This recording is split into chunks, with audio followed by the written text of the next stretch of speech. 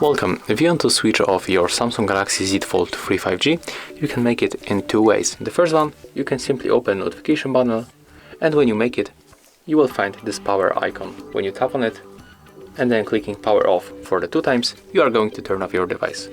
You can also make it by clicking and holding the power key that you can find on the right edge in this place. Take a look. I'm going to snap the device and this power key. So take a look right now.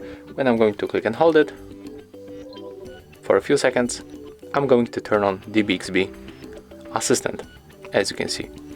But we can also change it to simply turn off device with power key, not opening the Bixby. So we have to simply open the settings.